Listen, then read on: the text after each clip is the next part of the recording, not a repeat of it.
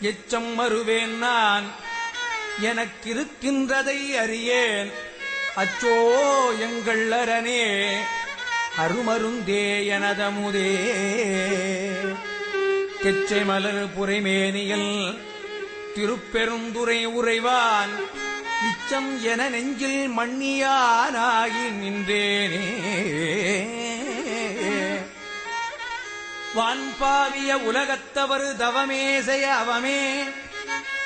உள் பாவிய உடலை சுமந்து